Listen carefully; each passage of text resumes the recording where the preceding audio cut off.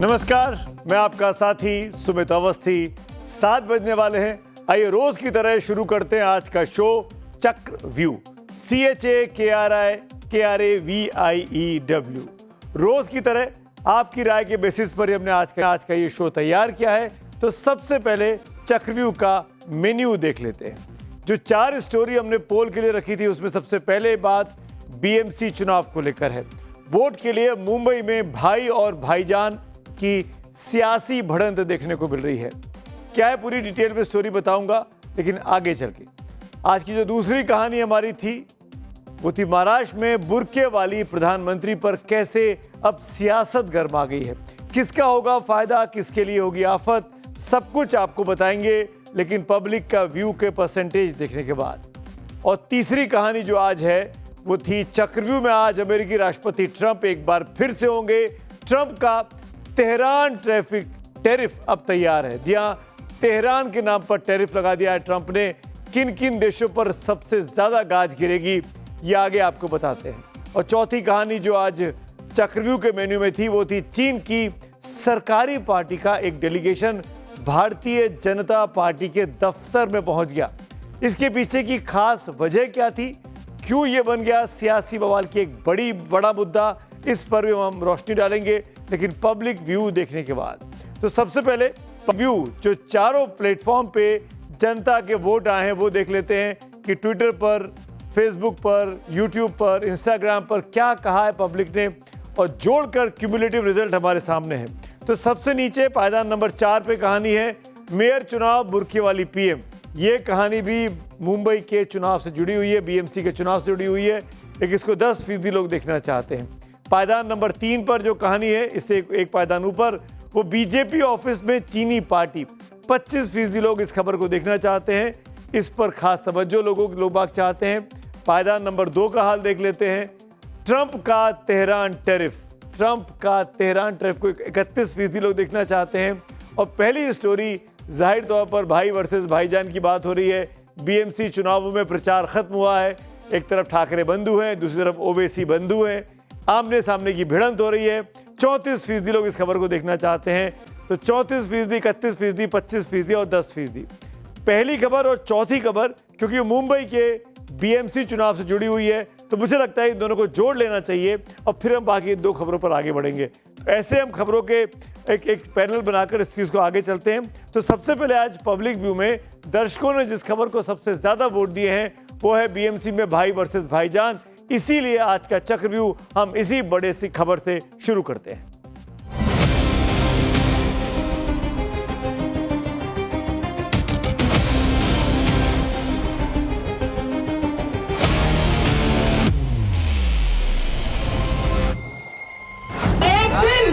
इसी निकाब और हिजाब पहनकर एक मुसलमान औरत हिंदुस्तान की प्राइम मिनिस्टर बनेगी इंशाअल्लाह। पूरे ये समझ रहे कि 7 शेर को घेर लिए तो कुछ होता।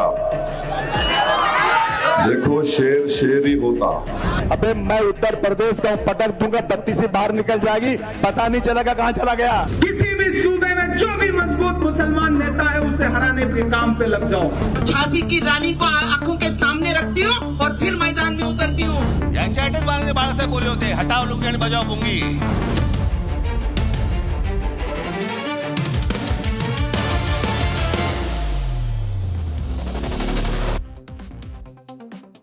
कहने को नगर पालिका का चुनाव है, लेकिन हिंदुस्तान की कई बड़े बड़े राज्यों से अधिक बजट है BMC का।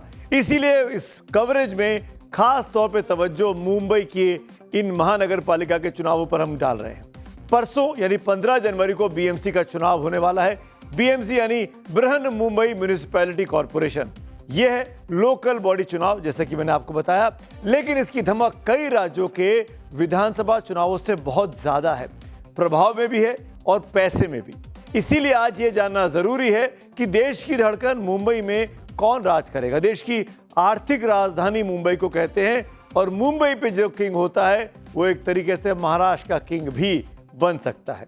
अगले 5 सालों तक देश की आर्थिक राजधानी में किस पार्टी का डंका बजेगा। वैसे तो महाराष्ट्र की कुल 29 महानगर पालिकाओं में निकाय चुनाव, सिविक बॉडी इलेक्शंस हो रहे हैं, लेकिन सबकी नजरें सबसे अमीर BMC पर लगी है। क्या बीजेपी बीएमसी जीतकर इतिहास रचने वाली है? क्या पहली बार बीजेपी का मेयर होगा? क्या बीजेपी का मेयर चुनने के लिए बीजेपी ने जो कवायद खेली है उसमें उसको सफलता मिलेगी? या फिर 20 साल बाद एक साथ वापस एक मंच पर आ गए हैं दो चचेरे भाई राज ठाकरे और उद्धव ठाकरे, अपनी मेयर की कुर्सी को बचाने में ये गठबंधन कामयाब होगा? क्योंकि 20 सालों से लगातार बीएमसी पर कब्जा शिवसेना या कहिए ठाकरे परिवार का रहा है। सवाल यह भी है कि क्या ओवैसी का मुस्लिम कार्ड इस बार कईयों का गेम बिगाड़ेगा? क्योंकि जमकर चुनाव प्रचार में जुटे हुए हैं दोनों ओवैसी बंधु। वैसे तो इस सीन में कांग्रेस कहीं नजर नहीं आ रही, लेकिन बीएमसी चुनाव है, जीतने के लिए भले ना सही कांग्रेस लड़ने की रस्म अदायगी करके इज्जत बचाने की कोशिश करती तो जरूर दिख रही है। हर जगह चर्चा में या तो ठाकरे बंधुओं की एकता है, या देवेंद्र फडणवीस का बीजेपी का चुनावी प्रचार है, या फिर ओवैसी बंधुओं ने पूरे के पूरे प्रचार पर अपना ध्यान केंद्रित कर सबका ध्यान अपनी ओर खींचा है। तो बीएमसी चुनाव जो पार्टी या गठबंधन जीतेगा उसका ही मेयर बनेगा, ये बात तो बिल्कुल तय है। लेकिन हैदराबाद के भाईजान असदुद्दीन ओवैसी ने तो लकीर लंबी खींच दी है। 2 दिन पहले ही असदुद्दीन ओवैसी ने हिजाब पहनने वाली बेटी प्रधानमंत्री बने वाला बयान दिया था। आप जाहिर तौर पर सोच रहे होंगे कि कहाँ ठाकरे बंधु, कहाँ देवेंद्र फडणवीस, इसमें मैं क्यों शुरुआत में असदुद्दीन ओवैसी का नाम ले रहा हूँ? इसकी बहुत सिंपल सी वजह है। असदुद्दीन ओवैसी, उनके भाई अकबरुद्दीन ओवैसी और उनकी पार्टी के तमाम नेता जिस तरीके से इस वक्त इन तमाम महानगर पालिकाओं के चुनाव प्रचार में जी जान से लगे हुए हैं, उसको देखकर तो ये बात समझ में आती है कि मुस्लिम वोट बैंक में सबसे बड़ा सेंधमारी करने की कोशिश में MIM लगी हुई है। इसीलिए ओवैसी के बयान का मैं जिक्र कर रहा हूं, जिसमें उन्होंने कहा कि हिजाब पहनने वाली बेटी प्रधानमंत्री बने। ये बयान दिया था उन्होंने। चुनाव मेयर का है, बात वो प्रधानमंत्री की कर रहे हैं। लेकिन ओवैसी के बाद उन्हीं की पार्टी के प्रवक्ता और एक और फायर ब्रांड नेता जो इन चुनावों में निकलकर सामने आई हैं, महिला है, सईदा फलक इनका नाम है। उन्होंने भी ऐसा ही भाषण देकर महाराष्ट्र निकाय चुनावों में विरोधियों को डायरेक्ट चुनौती दे डाली है। यानी जो लोग मुस्लिम वोट का विरोध करते हैं उन पर सीधा हमला MIM कर रही है। फलक की खास बात यह कि वो फर्राटेदार भाषण देती है, उन्हें सुनने के लिए जमकर भीड़ जमा हो रही है। और इस बार भी कुछ ऐसा ही हो रहा है। सोलापुर में सईदा फलक रैली करने पहुंची। मैं फिर से बता दूं, सईदा फलक हैदराबाद की है, इन दिनों महाराष्ट्र में चुनाव प्रचार कर रही हैं, लेकिन जिस अंदाज में वो प्रचार कर रही हैं वो बहुत काबिले तारीफ भी है और काबिले गौर करने वाला भी है। हजारों की संख्या में लोग तालियों से उनका स्वागत करते हैं। सईदा ने इन दिनों कहा कि एक दिन हिजाब और नकाब पहनने वाली मुस्लिम हिंदुस्तान की प्रधानमंत्री बनेगी। वही बात जिससे बीजेपी को दिक्कत है और जो MIM के नेता बोलते आए। सुनते हैं। अरे जिस निकाब और हिजाब से तुम लोगों को दुश्मनी है, जो नीतीश कुमार ने हमारी एक बहन का निकाब खींचा और जिस निकाब और हिजाब को तुम लोग जलील करना चाहते हो, सुन लो फडणवीस, सुन लो फडणवीस, अगर अल्लाह ने चाहा तो एक दिन इसी निकाब और हिजाब पहनकर एक मुसलमान औरत हिंदुस्तान की प्राइम मिनिस्टर बनेगी इंशाअल्लाह। अरे ये मुल्क किसी की जागीर नहीं है, ये मुल्क किसी की जागीर नहीं है। आप भी जानते हैं और शायद हिंदुस्तान का हर नागरिक जानता है। अगर किसी को याद नहीं है तो मैं याद दिला दूं, संविधान ये कहता है कि देश में कोई भी प्रधानमंत्री बन सकता है, फिर वो हिंदू हो या फिर मुसलमान या फिर कोई और मजहब को मानने वाला। बाबा साहब भीमराव अम्बेडकर द्वारा बनाए गए भारत के संविधान में साफ लिखा है कि भारत का कोई भी नागरिक प्रधानमंत्री, मुख्यमंत्री या महापौर यानी मेयर बन सकता है। यही भारत के लोकतंत्र की ताकत है। ये ओवैसी साहब भी जानते हैं, लंदन से बैरिस्टर की पढ़ाई करके आए हैं। लेकिन जब सवाल मुस्लिम वोट का हो तो ओवैसी जैसे मंजे हुए नेता भी हिजाब और बुर्के को PM पद से सीधे जोड़ देते हैं, जबकि सवाल बुर्के और हिजाब का नहीं, बहुमत का है। लेकिन ओवैसी जानते हैं कि जब बुर्के और हिजाब पर बोलेंगे तो सियासी पारा चढ़ेगा और उनकी तरफ सबका ध्यान जाएगा। इस बार भी ऐसा ही हुआ। ओवैसी के जवाब में अब बीजेपी की तरफ से हेमंत बिस्व शर्मा आ गए। मैं एक बयान दिया था कि मेरी जिंदगी में नहीं तो मेरी जिंदगी के बाद इंशाअल्लाह एक हिजाब पहनने वाली मोहतरमा या लड़की इस देश की प्रधानमंत्री बनेगी, उसमें आसाम के मुख्यमंत्री इंशाअल्लाह, उसके आसाम के मुख्यमंत्री बोल रहे नहीं बन सकती। India is a Hindu nation, Hindu civilization, and we will always believe and we are extremely confident that Indian Prime Minister will always be a Hindu person. अरे कैसा नहीं बन सकती? भारत का जो संविधान जिसको बाबा साहिब अंबेडकर ने बनाया, पाकिस्तान के संविधान में लिखा हुआ है कि एक ही समुदाय का यानी मुसलमान ही बन सकता। हमने जो संविधान बनाया अपने लिए, जो बाबा साहिब अंबेडकर ने बनाया, उन्होंने कहा कोई भी बन सकता है बशर्ते कि वो भारत का नागरिक हो, 25 साल से ज्यादा उसकी उम्र हो, पागल ना हो, दीवाना ना हो।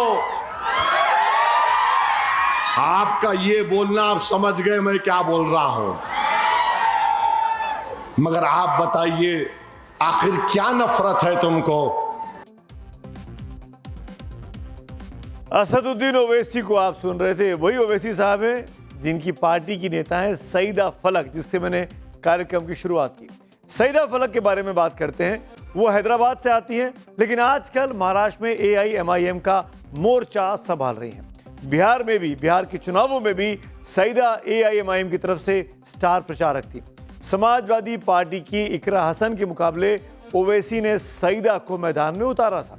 महाराष्ट्र में इकरा हसन तो महाराष्ट्र की नहीं है, लेकिन सियासी महाभारत बिहार से इस वक्त वहां पे महाराष्ट्र में कम भी नहीं, यानी जो सियासी माहौल बिहार में था वही माहौल इस वक्त महाराष्ट्र के इन महानगर पालिका के चुनावों में दिख रहा है। एक तरफ बीजेपी की नवनीत राणा है तो दूसरी तरफ सईदा फलक है, यानी यहां ये दोनों महिला नेता अपना दम दिखा रही हैं। वो बाहर के पाकिस्तान है ना, हैदराबाद में भी एक पाकिस्तान है, वहां पे रहता और मुझे सिखाएगा मुझे क्या करना है और क्या नहीं करना है। ओबीसी को बता देती हूँ, तेरी दादागिरी वही पाकिस्तान में चलेगी, और तूने नहीं बताना कि 6 करना कि 10 करना कि 12 करना।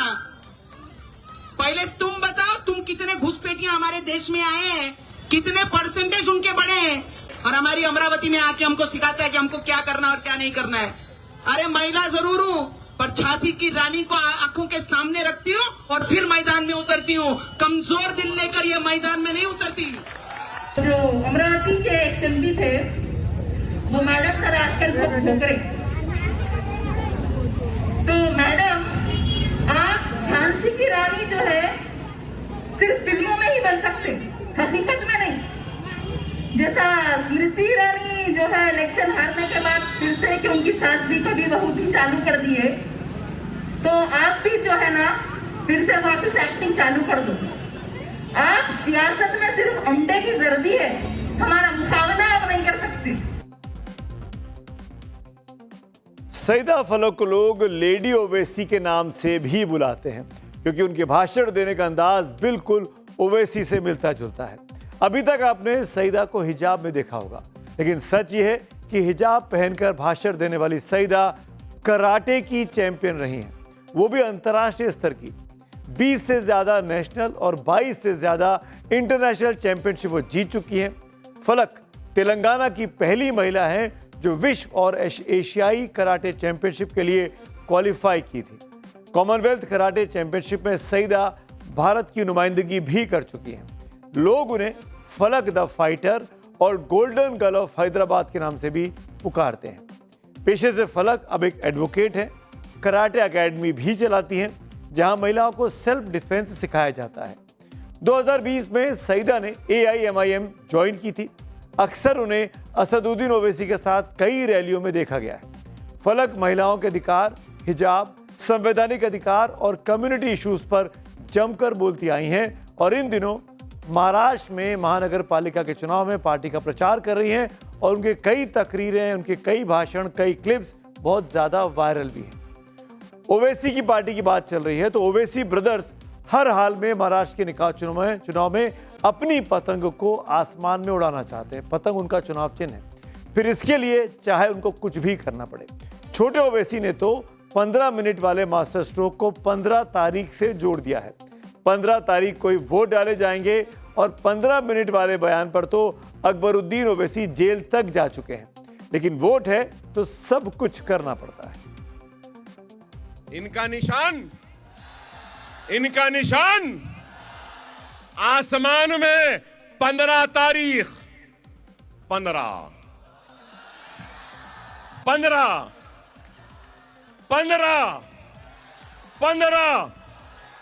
तारीख 15 से रिश्ता टूटता ही नहीं है। 15 को आसमान में सिर्फ पतंग पतंग पतंग पतंग पतंग पतंग पतंग रहेगी। नारे तकबीर।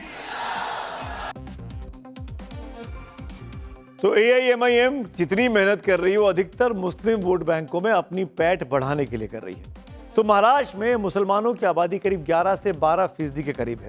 29 महानगर पालिकाओं में सबसे ज्यादा मुस्लिमों की आबादी नासिक जिले के मालेगांव में है। यहाँ 70% से भी ज्यादा आबादी मुस्लिमों की है, जो हार जीत में निर्णायक भूमिका निभाते हैं। ठाणे जिले के भिवंडी में 50% से ज्यादा मुसलमान हैं और औरंगाबाद में करीब 30% मुस्लिम किसी का भी सियासी खेल बनाने और बिगाड़ने के की रोल में है। यही वजह है कि हैदराबाद के ओवैसी भाईजान और उनके छोटे भाई अकबरुद्दीन यहां पर दहाड़ लगाते रहते हैं। महाराष्ट्र में मुस्लिम आबादी 12% है, लेकिन मुंबई की अगर बात करें तो यहां पे करीब 20% से थोड़ी ज्यादा मुस्लिम वोटर्स हैं। मुंबई की सियासत में मुसलमानों का काफी दबदबा माना जाता है। कई इलाकों में मुस्लिमों के समर्थन के बिना जीत का समीकरण बनाना संभव नहीं होता। ऐसे में BMC चुनाव के लिए मुस्लिम वोटों पर सबकी निगाहें हैं। मुंबई का 20% मुस्लिम वोटर BMC की 227 सीटों में से करीब 45 सीटों पर हार जीत में अहम रोल निभाता है। इनमें से करीब 30 सीटों पर मुस्लिम मतदाता निर्णायक भूमिका में है। यही वजह है कि मुस्लिम वोटों पर कांग्रेस से लेकर समाजवादी पार्टी, अजीत पवार की NCP से लेकर असदुद्दीन ओवैसी की AIMIM BMC में उस पर खासी नजरें टिका के रखी हुई हैं। करीब 19% मुस्लिम उम्मीदवार BMC के चुनावी दंगल में इस वक्त ताल ठोक रहे हैं। इनमें से लगभग 80% मुस्लिम बहुल वार्डों से लड़ाई कर रहे हैं। AIMIM ने इस बार 27 मुस्लिम उम्मीदवार चुनावी मैदान में उतारे हैं, जबकि पिछली बार यानी 2017 में 51 उम्मीदवार उतारे थे। समाजवादी पार्टी ने 46 उम्मीदवार उतारे, जबकि 2017 में 48 उम्मीदवारों को टिकट दिया गया था। एकनाथ शिंदे, जो कि अब असली शिवसेना है, उसने 12 मुस्लिम उम्मीदवार चुनाव लड़ाए हैं। मुस्लिम उम्मीदवारों को टिकट देने में शिवसेना UBT यानी उद्धव ठाकरे की जो है वो भी पीछे नहीं है। उसने भी 10 मुस्लिम उम्मीदवारों को टिकट दिया है। इस बार उद्धव और राज ठाकरे मिलकर चुनावी मैदान में हैं। MNS महाराष्ट्र नवनिर्माण सेना, जो कि राज ठाकरे की पार्टी है, उसने भी 2 मुस्लिम उम्मीदवार उतारे हैं।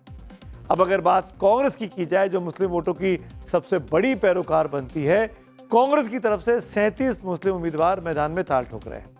अजीत पवार की NCP से 24 मुस्लिम उम्मीदवार चुनावी मैदान में हैं। बीजेपी को छोड़ दें तो बीजेपी ने एक भी नहीं, बीजेपी को छोड़ दें तो सभी पार्टियों की नजर मुस्लिम वोटर्स पर टिकी है। 2017 के BMC चुनाव में 31 मुस्लिम पार्षद अलग अलग पार्टियों से चुनाव जीतकर आए थे, जिसमें 11 कांग्रेस के थे, 6 समाजवादी के थे और 4 NCP के। AIMIM के 3, निर्दलीय 5 और शिवसेना के 2 पार्षद जीते थे। इन आंकड़ों से आप समझ सकते हैं कि BMC चुनाव में मुस्लिम वोट कितना अहम फैक्टर है। मुंबई या यूं कहें BMC की सियासत अब तक मातोश्री और ठाकरे सरनेम के इर्द गिर्द ही घूमी है, लेकिन आज की तारीख में वो चाहे उद्धव ठाकरे हो या फिर राज ठाकरे, दोनों के सामने एक तरह से अस्तित्व का संकट है। 2022 में पहले शिवसेना टूटी, फिर एकनाथ शिंदे गुट ने पार्टी का नाम और सिंबल भी अपने कब्जे में ले लिया।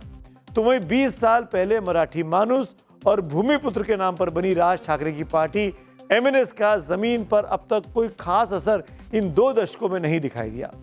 ठाकरे ब्रदर्स नहीं चाहते कि उनके बाल बच्चे सियासत की बंजर जमीन पर आगे चलकर माथा फोड़े, इसीलिए लगता है कि मजबूरी में ही सही 20 साल बाद दोनों म्यूनिसिपैलिटी के चुनावों में एक साथ एक मंच पर आ गए।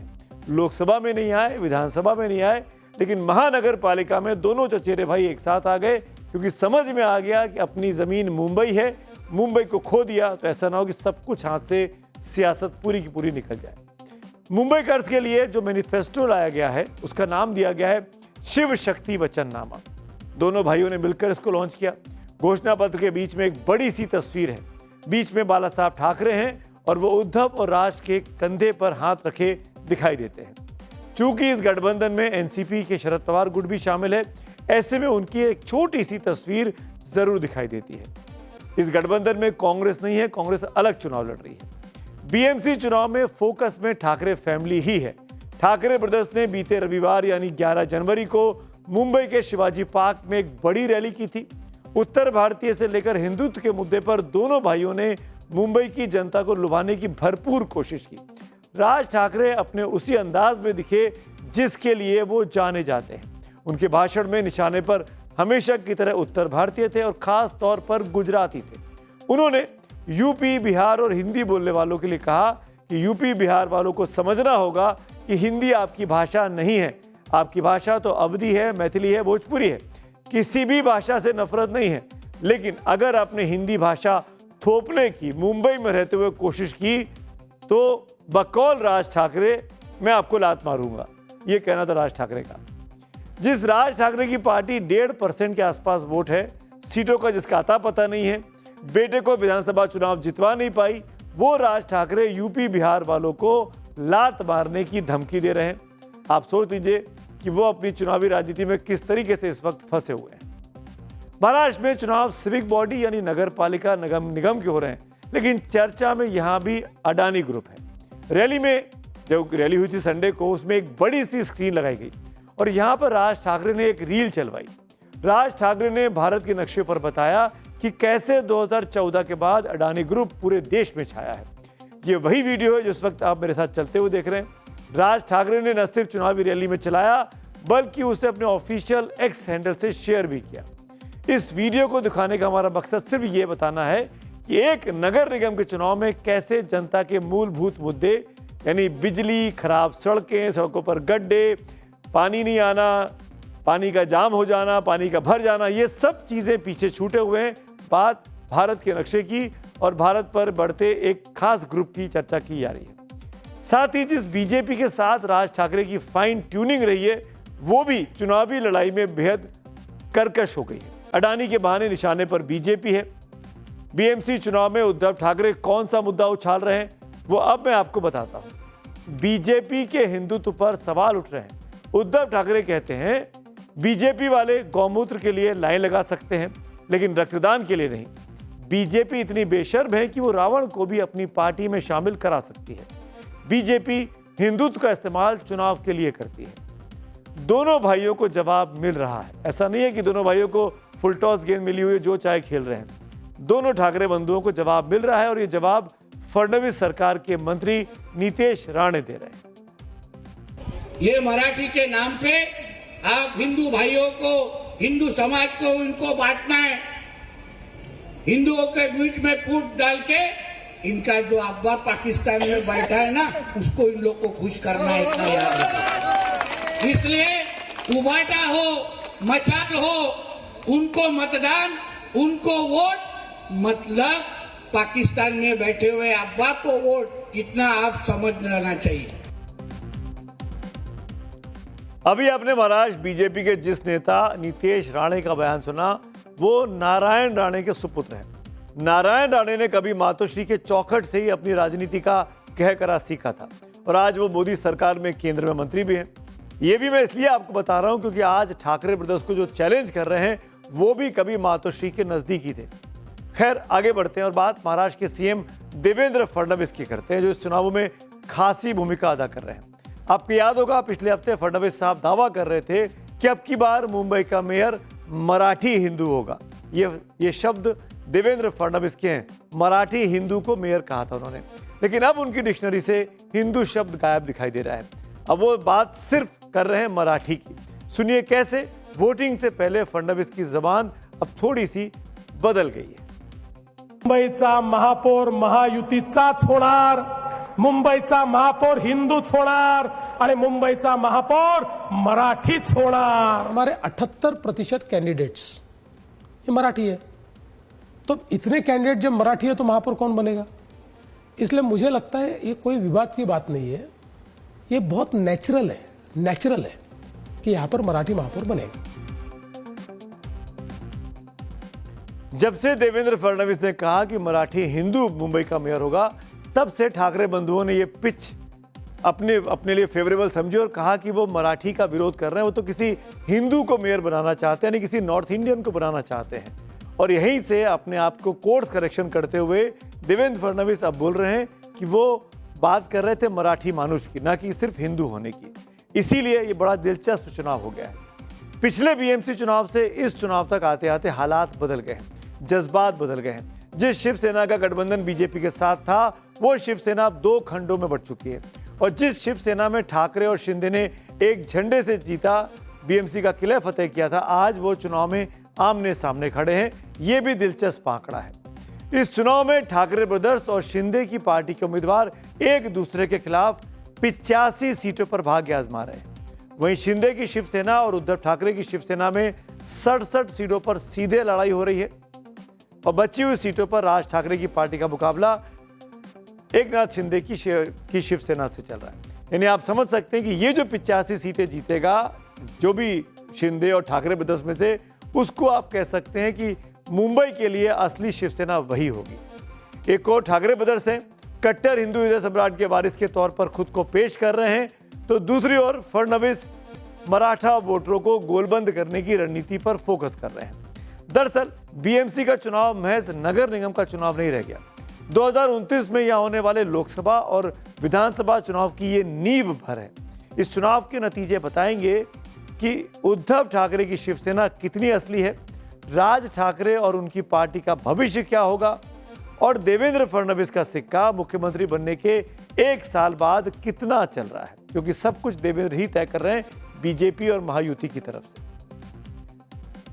अस्तित्व की लड़ाई जो है उद्धव ठाकरे लड़ रहे हैं, और मुझे लगता है अस्तित्व की तो नहीं, लेकिन हाँ अपने आप की एक 11 साल से जो वो लंबी लाइन खींच रहे हैं, उस पे एक बार जोरदार हथौड़ा मार के दम ठोकने की भी लड़ाई ये देवेंद्र फडणवीस लड़ रहे हैं। तो ये इन दो नेताओं की लड़ाई है। बाकी सारे पात्र उसमें अपने हिसाब से फिट हो रहे हैं शतरंज की बिसात पे, लेकिन मुख्य दो नेताओं की लड़ाई यही है। लड़ाई मुंबई की इसीलिए है क्योंकि दारोमदार पूरा का पूरा परिवार, उसका कंट्रोल, उसकी पॉलिटिक्स, उसकी लेगेसी यहीं से शुरू है। अगर यहाँ हार जाते हैं ठाकरे बंधु, तो कहीं ना कहीं पूरे की पूरी जो एक क्लेम है उनका ठाकरे ब्रांड की लेगेसी के ऊपर, वो धूमिल हो जाएगी, वो लगभग खत्म हो जाएगी, और एकनाथ शिंदे की पार्टी ही रियल शिवसेना के रूप में पैन महाराष्ट्र में माना जाएगा। इसलिए दोनों बंधु एक साथ आए हैं। यशवंत देशमुख और अमिताभ तिवारी के साथ पूरी की पूरी खास बातचीत महाराष्ट्र चुनावों को लेकर आप टाइम्स नाउ नवभारत के डिजिटल प्लेटफॉर्म पर देख सकते हैं, जो कुछ ही देर में ये वीडियो आपके सामने उपलब्ध होगा। महाराष्ट्र में महानगर पालिकाओं के हो रहे चुनाव में सिर्फ मराठा वोट ही फोकस पर नहीं है, कई सीटों पर मुस्लिम वोट किंग मेकर है, और यहीं से शुरू होता है असली ड्रामा। हैदराबाद वाले ओवैसी साहब का टारगेट लॉक है। चुनावी रैली हो या फिर पद यात्रा, ओवैसी को सुनने और देखने वालों की तादाद में अचानक उछाल आया है। चुनावी रैलियों में ओवैसी कहते हैं कि वो अकेले शेर मैदान में हैं। 7 शिकारी एक साथ उनके शिकार के लिए घूम रहे हैं। सुनिए सोमवार को परभणी की रैली में ओवैसी ने क्या कहा और किस अंदाज में कहा। एक उद्धव ठाकरे, एक शिंदे, एक अजीत पवार, एक मोदी, एक कांग्रेस, एक आटो, एक सीटी, और पूरे ये समझ रहे कि 7 शेर को घेर लिए तो कुछ होता। देखो शेर शेर ही होता, और तारीख हमेशा गवाह है कि जब कभी भी फसादात होते पूरे एक होके हमला करते। तारीख गवाह है कि जब कभी भी नाजुक वक्त आता सब एक हो जाते, हमको अकेला छोड़ देते।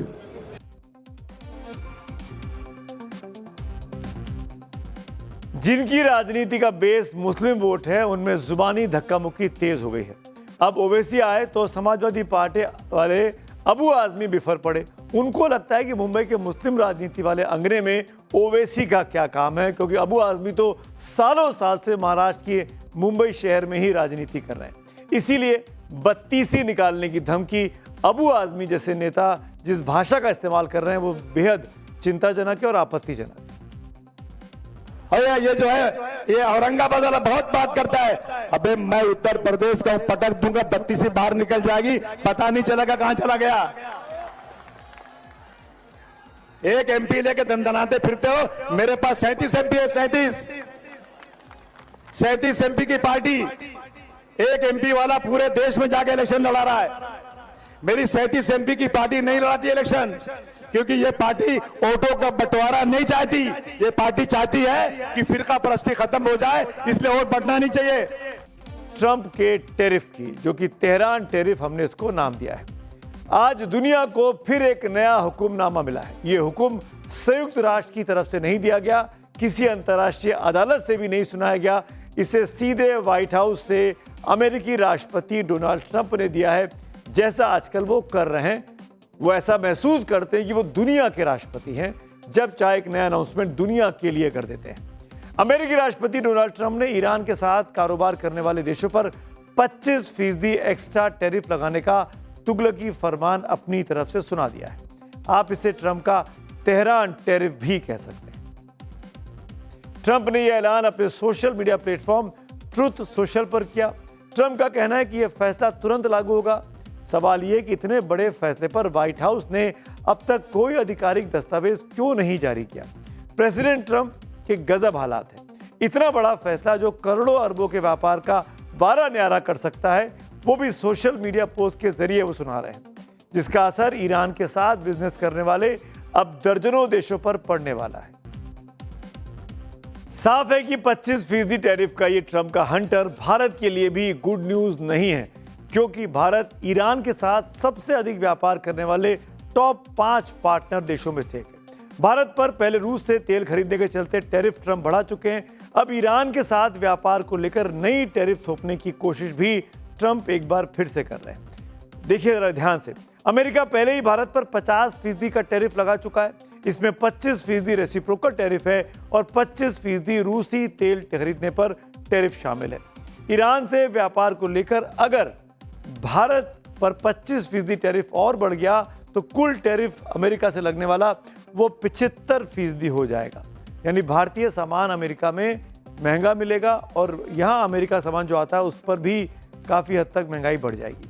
और 75% का टैरिफ भारत के अमेरिकी एक्सपोर्ट को बहुत महंगा बना देगा। यानी भारतीय सामान की जो मांग अमेरिकी बाजारों में है वो कम हो जाएगी, वो महंगा हो जाएगा, खपत कम हो जाएगी। मौजूदा 50% टैरिफ के चलते पहले से ही अमेरिका में सामान सेल करने में भारत मुश्किलों का सामना कर रहा है। ऐसे में अगर 25% टैरिफ और बढ़ जाता है तो उसका सीधा असर भारत के अमेरिकी एक्सपोर्ट पर पड़ेगा। हालांकि आगे बढ़ने से पहले आपको बता दें कि टैरिफ कंट्रोवर्सी के पार पाने के लिए भारत और अमेरिका में ट्रेड डील पर फिर से बातचीत शुरू हो गई है। इनफैक्ट आज ही बातचीत हुई है। ये मीटिंग वर्चुअली हुई।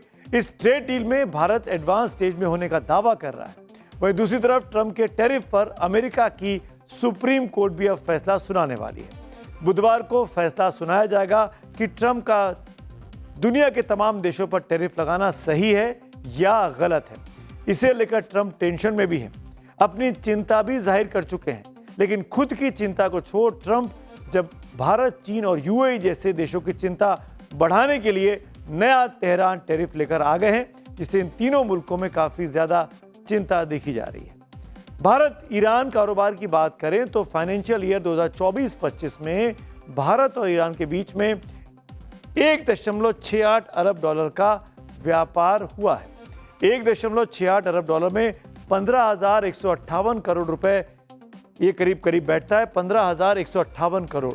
भारत ने ईरान को 1.24 अरब डॉलर यानी 11,188 करोड़ रुपए का सामान एक्सपोर्ट किया। वहीं ईरान से 0.44 अरब डॉलर जो कि 3,970 करोड़ रुपए बनता है कि बराबर है, इतने सामान को आयात किया है। यानी इतना बड़ा भारत और ईरान का व्यापार है। भारत की तरफ से ईरान को जो सामान दिया जाता है, भेजा जाता है, वो चावल है, चाय है, चीनी है, एक एक करके आपके सामने आ रहा है, दवाइयाँ हैं, आर्टिफिशियल ज्वेलरी है, इलेक्ट्रिकल का सामान है। ये तमाम सामान भारत से ईरान भेजे जाते हैं। वहीं ईरान से भारत बड़ी संख्या में पेट्रोलियम प्रोडक्ट्स लेता है, ड्राई फ्रूट्स लेता है, ऑर्गेनिक इनऑर्गेनिक केमिकल्स लेता है, ग्लासवेयर का सामान खरीदता है। ये तमाम सामान है जो ईरान से भारत आता है। इतना ही नहीं, भारत ईरान के बीच का ट्रेड बैलेंस भारत के फेवर में है। हम ज्यादा बेचते हैं और कम उनसे खरीदते हैं। यह रिश्ता न सिर्फ इकोनॉमिक है बल्कि स्ट्रेटेजिक भी है। जैसे चाबर पोर्ट से अफगानिस्तान तक भारत की पहुंच की सुविधा, लेकिन अमेरिका ईरान के बीच तनातनी के चलते पहले से ही भारत और ईरान के बीच होने वाला कारोबार कम होता जा रहा था। ऐसे में ट्रंप का 25% अगर एक्स्ट्रा टैरिफ वो लगाते हैं तो इसका मतलब साफ है, एक तो करेला, दूजे नीम चढ़ा, यानी भारत के लिए एक और नुकसान। इससे भारत ईरान के बीच होने वाले कारोबार पर नेगेटिव, नकारात्मक असर पड़ेगा और भारत को इसका खामियाजा उठाना पड़ सकता है। ईरान में इस वक्त सरकार विरोधी प्रदर्शन चल रहे हैं, सैकड़ों लोग मारे जा चुके हैं, सड़कों पर गुस्सा देखा जा रहा है, आक्रोश है, डर है। ईरान का दावा है कि यह सब अमेरिका के इशारे पर हो रहा है, क्योंकि तब तक ईरान में एलन मस्क की स्टारलिंक के सैटेलाइट से इंटरनेट मिल रहा था। तब तक वहां से खामेनेई सत्ता के खिलाफ हो रहे प्रदर्शनों के वीडियो लगातार सामने आ रहे थे, जिसके बाद ईरान में स्टारलिंक सैटेलाइट को जाम कर इंटरनेट पर रोक लगा दी गई। और अब इंटरनेट के बंद होने के बाद अयातुल्ला अली खामेनेई के समर्थन में होने वाली जो बड़ी बड़ी रैलियां थी, उनके वीडियो भी अब सामने आने लगे हैं। और ठीक उसी समय अमेरिका के राष्ट्रपति ट्रंप तेहरान टैरिफ लेकर सबको धमकाते हैं। ईरान के साथ सौदा करने वाले देशों को धमका रहे हैं कि अगर तुम ईरान से कारोबार करोगे तो अमेरिका तुम्हें इसकी सजा देगा। यानी ट्रंप का संदेश साफ है, या तो अमेरिका के साथ रहो और हमारे साथ नहीं हो तो हम अपनी मुखालफत करते हुए तुमको मानेंगे और फिर ट्रंप का टैरिफ का हैंटर तुमको खाना पड़ेगा। अब बात करते हैं आज की अगली कहानी की ओर, जो कि वोटिंग में पब्लिक व्यू में जिसको बहुत से लोगों ने देखना चाहा था। वो चाहे वेनेजुएला में अमेरिकी एक्शन हो, ईरान हो या फिर ट्रंप का टैरिफ वाला फरमान हो, दावे किए जा रहे हैं कि ये सब चीन को काउंटर करने वाला ट्रंप का दूरगामी प्लान है। एक तरफ अमेरिका चीन से परेशान है, तो वही चीन की सियासी पार्टी जो कि सत्ता चलाती है, सीपीसी, कम्युनिस्ट पार्टी जिसको कहते हैं, सीपीसी को लेकर भारत में भी अब सियासी घमासान छिड़ गया है। इस घमासान की वजह बनी है चीन की कम्युनिस्ट पार्टी ऑफ चाइना के एक डेलीगेशन का बीजेपी के दफ्तर में पहुंचना। जी हाँ, बीजेपी मुख्यालय में चीनी कम्युनिस्ट पार्टी का डेलीगेशन पहुंचा। दिल्ली में बीजेपी हेडक्वार्टर में बीजेपी और चीन की कम्युनिस्ट पार्टी के डेलीगेशन की बैठक हुई। ये तस्वीरें आप सामने देख सकते हैं। इस वक्त बीजेपी के नेता इस तरफ बैठे हुए हैं, अरुण सिंह साहब बीजेपी के बड़े नेता हैं, विजय चौथाई वाले बीजेपी की फॉरेन सेल को देखते हैं, नकुल भारद्वाज, कुछ चेहरे बीजेपी के साथ हैं। और ये चीन का डेलीगेशन है सीपीसी पार्टी का, जिसमें सुन ह्यान जो कि मुख्य इसको लीड कर रही थी, वो सामने है। तो जो सीपीसी के इंटरनेशनल डिपार्टमेंट में वाइस मिनिस्टर हैं सुन ह्यान, उनका ये डेजिग्नेशन है। वहीं बीजेपी के डेलीगेशन की अगुवाई पार्टी के महासचिव अरुण सिंह कर रहे थे। इस तस्वीर में आप देख सकते हैं, ये तस्वीरें बीजेपी ने ही सार्वजनिक की, इन्हीं नेताओं ने सार्वजनिक की हैं। हमने कोई एक्स्ट्रा एफर्ट नहीं किया, खुद सोशल मीडिया पर है। बैठक में अरुण सिंह के साथ विजय चौथाईवाला, नकुल भारद्वाज भी दिखाई देते हैं। इस मीटिंग की तस्वीरें बाहर आने के बाद कैसे कांग्रेस पार्टी के नेताओं की बाँछें खिल गई और बीजेपी पर उनका अटैक तेज हो गया, इसे देखने से पहले एक और बड़ी जानकारी से आपको रूबरू करा देते हैं। आज चीन के सीपीपी नेताओं ने संघ के सर कार्यवाह दत्तात्रेय होसबोले के साथ भी मुलाकात की है। यह मीटिंग दिल्ली में आरएसएस मुख्यालय केशव कुंज में हुई। संघ मुख्यालय में करीब आधे घंटे तक ये मुलाकात चली। संघ सूत्रों का कहना है कि यह महज एक सौजन्य मुलाकात थी, कट सी मीटिंग थी। चीनी कम्युनिस्ट पार्टी के नेताओं ने मिलने की आकांक्षा व्यक्त की थी, जिसके बाद इस मुलाकात को फिजिबल कराया गया। मुलाकात हुई संघ के नेताओं की और सीपीसी के नेताओं की। लेकिन सीपीसी डेलीगेशन को बीजेपी ऑफिस में देखकर और आरएसएस मुख्यालय में जाने की खबर ने कांग्रेस को फौरन एक बड़ा मुद्दा दे दिया। कांग्रेस नेता सुप्रिया श्रीनेत ने सीपीसी बीजेपी बैठक की तस्वीर पोस्ट करते हुए लिखा, ये आप उनका सोशल मीडिया पोस्ट देख सकते हैं। ये फोटो बीजेपी दफ्तर की है। बीजेपी के नेता और चीन की कम्युनिस्ट पार्टी के नेताओं के बीच मीटिंग हो रही है। ऑपरेशन सिंदूर में चीन ने पाकिस्तान का साथ दिया। गलवान में हमारे जाबाजों की शहादत हुई। चीन लद्दाख में अतिक्रमण किए बैठा हुआ है। अरुणाचल में गांव बसा रहा है और यहाँ पर गलबैयां चल रही हैं। ये रिश्ता क्या कहलाता है, सुप्रिया श्रीनेत ये पूछ रही हैं। बीजेपी ने क्यों किया देशद्रोह? बीजेपी चीन में कौन सा गुप्त समझौता हुआ? इन मीटिंग की टाइमिंग ने भी कांग्रेस को बैठे बिठाए बीजेपी को टारगेट करने का मौका दे दिया है। दरअसल चीन की तरफ से दावा किया गया कि जम्मू कश्मीर की शक्सगाम घाटी उसकी है। ये एक इंपॉर्टेंट एक डेवलपमेंट हुआ है इस चीज़ को लेकर। शक्सगाम घाटी को लेकर भी इस वक्त चीन से बड़ी खबर आई। चीन इस पर अपना दावा करता रहा है। भारत का अभिन्न अंग शक्सगाम घाटी पर साल 1948 में पाकिस्तान ने अवैध कब्जा किया था। इस नक्शे में आप देखिए, ये जो ऊपर का इलाका है, ये बहुत ही खूबसूरत इलाका, ये शक्सगाम वैली है। ये भारत के जम्मू कश्मीर और बाकी हिस्से पर पाकिस्तान ने कब्जा अवैध तौर पर किया हुआ है, जिसको पाक ऑक्यूपाइड कश्मीर भी कहा जाता है। 1948 में पाकिस्तान ने इस इलाके में अवैध कब्जा किया था और हद तो तब हो गई जब चीन को खुश रखने के लिए चीन से भीख मिलती रहे। इस मकसद से पाकिस्तान ने साल 1963 में इस शक्सगाम घाटी को चीन को गिफ्ट कर दिया। अब उसी शक्सगाम वैली में सड़कों का जाल चीन बिछा रहा है। चीन पाकिस्तान आर्थिक गलियारे सीपेक को आगे बढ़ाने में लगा हुआ है और इसी पर अब ज्यादा से ज्यादा कंट्रोवर्सी हो गई और कांग्रेस के नेता इसी को लेकर, चाहे पवन खेड़ा हो चाहे सुप्रिया श्रीनेत हो, वो इस पूरे मामले को आगे खींचते जा रहे हैं और बीजेपी को घेरने की कोशिश कर रहे हैं, क्योंकि बीजेपी ने राहुल गांधी की तस्वीरें दिखाकर अतीत में ऐसा ही हमला किया था। अब कार्यक्रम के लास्ट में हम आ चुके हैं। पब्लिक व्यू का वक्त हो रहा है। रोज की तरह किन किन लोगों ने क्या क्या संदेश भेजे हैं, इसको जरूर देखते हैं। पब्लिक व्यू आपके सामने है। पहला पब्लिक व्यू है संध्या मिश्रा का और ये लिखती है, जब भारत अटल जी के जमाने में अमेरिका के आगे नहीं झुका तो ट्रंप को क्यों लगता है कि मोदी का नया भारत झुक जाएगा। अगला पोस्ट देखते हैं।